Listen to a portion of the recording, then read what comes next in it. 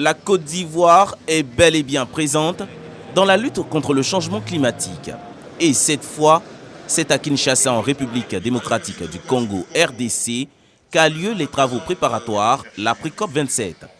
Cette rencontre vise à préparer la COP 27 qui aura lieu à Sharm el-Sheikh, en Égypte.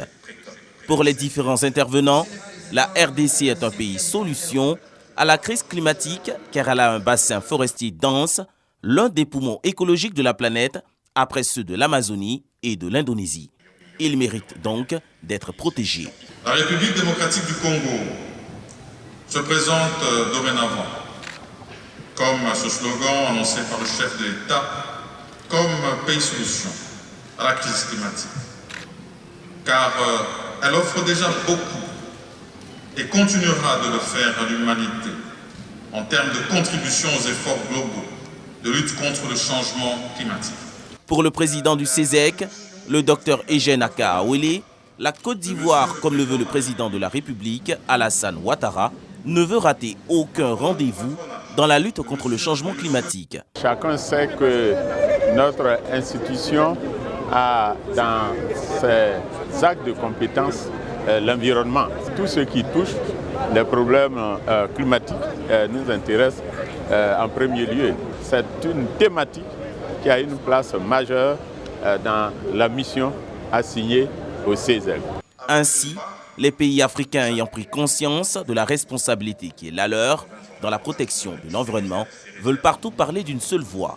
Chaque pays se débrouille comme il peut pour mettre en œuvre les actions qui ont été prises. On va aller à la COP27. Il est important que tous les ministres, tous les pays africains se mettent ensemble pour parler d'une même voix et que les documents qui vont être produits et que les engagements qui vont être pris soient des engagements de l'Afrique. Avec un effort global, local et ambitieux pour protéger l'environnement, les pays africains, lors de la COP27 en Égypte, pourront profiter de cette opportunité pour inviter les pays occidentaux pollueurs de la planète à respecter leur engagement dans la lutte contre le changement climatique.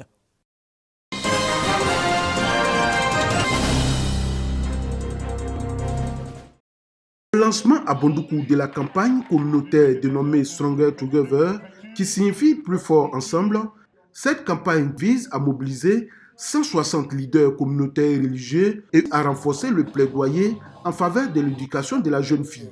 Chers parents, l'école est obligatoire pour tous les enfants, filles comme garçons.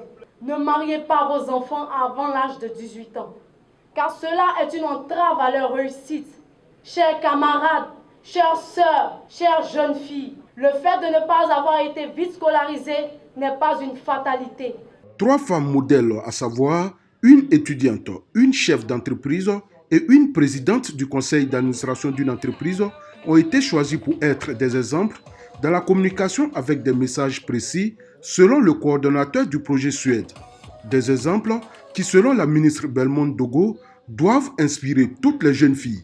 Nos parents ont permis que nous allions à l'école. Ils nous ont accompagnés sur le chemin de l'école. Et c'est ce qui m'a permis d'être d'abord députée, ensuite vice-présidente et aujourd'hui ministre. Mais parce que les parents ont accepté de me mettre à l'école. L'édition 2022 de cette campagne porte sur le thème Stronger Together, éducation des filles au leadership féminin. Ce projet concerne les jeunes filles de 10 à 19 ans, scolarisées et non. Il est financé par la Banque mondiale et mis en œuvre grâce à l'appui technique du Fonds des Nations Unies pour la population UNFPA. Cette initiative régionale implique 9 pays de l'Afrique de l'Ouest et du Centre confrontés à des défis socio-démographiques identiques.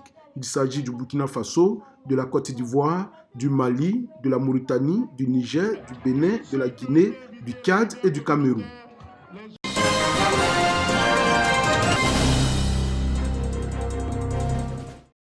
Patrick et sa famille suivent les programmes de la RTI et offrent de l'eau fraîche à leurs invités. Cette scène de vie ordinaire est désormais une réalité à Koutoukro 2 et à Nokro, 2 villages du département d'Alépé, récemment électrifiés. La lumière est venue dans notre village, ça a changé beaucoup de choses parce que nous avons commencé à instaurer des entreprises avec l'électricité. Pour le moment, on va commencer à faire l'évolution de notre village grâce à l'électricité. Les populations bénéficiaires, estimées à environ 3000, sont reconnaissantes et l'expriment à l'occasion de cette fête de la lumière. La lumière nous permet de voir, de faire beaucoup d'activités. C'est le développement, donc nous sommes vraiment contents. De manière symbolique, le ministre Jean-Luc Assis, cadre de la région de Lamé, a mis sous tension électrique les 2 villages. La Côte d'Ivoire solidaire est en marche, avec à sa tête, sous le leadership donc, du président de la République Alassane Ouattara, avec le Premier ministre Patrick Achi, qui met en œuvre cette politique-là. Et sa mise en œuvre est véritablement effective. Aujourd'hui, nous venons de le constater dans ce village de Anokoro. Les études pour l'électrification de 2 autres villages voisins, notamment Alonso et Koutoukro 1, sont en cours de réalisation.